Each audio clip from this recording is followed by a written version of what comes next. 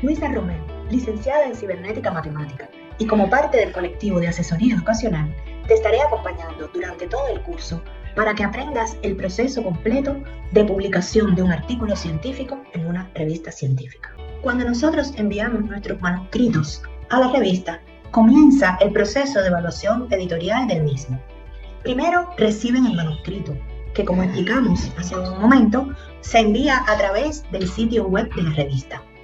Lo primero que hacen es que el editor pre-revisa los aspectos formales, o sea, se lee la carta dirigida al editor, si la carta es adecuada, revisa si el artículo cumple con las normativas de la revista y si no cumple, se hace un rechazo sin revisión. Por eso es tan importante que la normativa de la revista se tiene que respetar, porque sencillamente no pasa a revisarse el contenido del artículo. El editor en la primera revisión devuelve el artículo y lo rechaza. Ahora, si el tema es de interés, entonces los aspectos formales son mínimos, tiene que ser de interés y que además los problemas formales que tiene el artículo sean mínimos. Entonces se le envía un correo al autor y se solicita que hagan estas adecuaciones y que vuelvan a enviar. Si el envío está correcto, puede ser porque regresó de este reenvío o porque en la primera vuelta estaban correctos los aspectos formales, entonces el editor envía a los revisores por pares ciegos. ¿Qué son los revisores? Los revisores no son miembros ni del consejo editorial ni de la revista y por lo general trabajan gratis. Son por lo general autores de la misma revista que han sido muy citados, que tienen un gran prestigio y dominio de la especialidad, que cooperan con la revista para realizar estos trabajos de revisión de otros artículos científicos de otros autores. El editor le envía a los revisores para que siempre es más de un revisor. Le envía a los revisores independientemente. Estos revisores, por eso es que los artículos deben ir anónimos. Estos revisores generalmente no conocen de quién es el artículo. Vamos a ver más adelante que existen diferentes métodos de revisión, pero el más común, por eso se llaman pares ciegos, el más común es que los revisores no conocen, no saben quién es el autor del artículo que están revisando. Ellos revisan sencillamente la calidad, la importancia de la investigación, etc. Estos revisores tienen unas planillas que las envía a la revista donde deben escribir algunos de los puntos que deben revisar. Estos puntos, vamos a explicar más adelante cómo se realiza esta evaluación.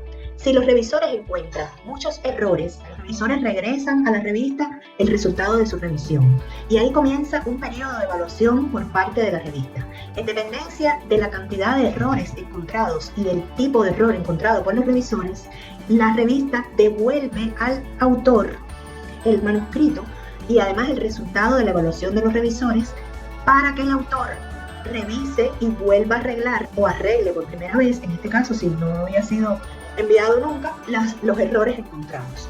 El autor le da un tiempo para que corrija estos errores y vuelva a enviar, o sea, a subir el artículo. El periodo de evaluación es continuo, vuelve a pasar por los revisores. Si los revisores encuentran todo bien, pasa al comité editorial de la revista, que también revisa. Ya el comité editorial de la revista quizás no revisa a ciegas, ya él sabe quién es el autor, las características, puede además buscar información del autor en la plataforma ORCID, si tiene otros artículos publicados, en qué revista los tiene, puede que revise esos otros artículos para llevarse una idea del trabajo de este investigador o de este autor y finalmente si está de acuerdo con lo que está en el artículo, entonces le envía un correo al autor con la aceptación del artículo. Si al final, vamos a ver más adelante cómo son las evaluaciones específicamente, pero si los errores son demasiado grandes o si después el comité editorial cuando revisa finalmente tampoco está de acuerdo del todo o no es de interés de la revista, entonces en ese caso, en vez de enviar una aceptación, se envía un rechazo del artículo. Casi siempre o siempre que se envía un rechazo, se debe justificar por qué para que el autor pueda aprender de sus errores o pueda corregir y volver a publicar en otra revista. Como pueden ver, el proceso de evaluación editorial de un manuscrito enviado a una revista lleva muchos pasos. Por lo tanto, el proceso de aceptación o rechazo es demorado. no se puede pretender que en una semana, generalmente la media que se demora casi todas las revistas para evaluar y aceptar o rechazar un manuscrito de un artículo científico es alrededor de 8 semanas. El proceso es demorado, nunca es un proceso rápido.